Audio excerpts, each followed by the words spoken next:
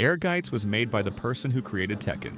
Seiichi Ishii designed the original Virtua Fighter at Sega, then moved to Namco and directed the first two Tekken games, then left to found his own studio called Dream Factory in 1995, using funding from both Sega and Namco simultaneously. His first games at Dream Factory were the Tobal fighting series for Square, and Ehrgeiz followed as a joint venture between Square and Namco that ran on the same System 12 arcade board as Tekken 3.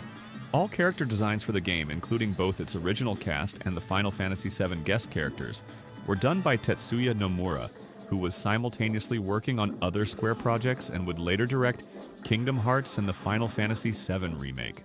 The Final Fantasy VII characters were added because Square published the game, and Final Fantasy VII had just become the most commercially successful RPG in history.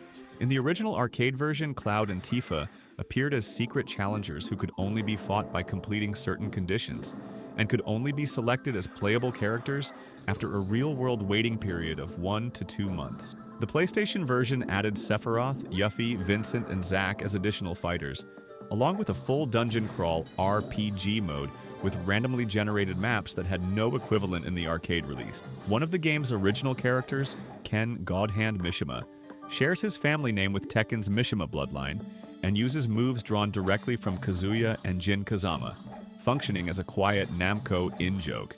The game never qualified for greatest hit status, making it increasingly rare over time.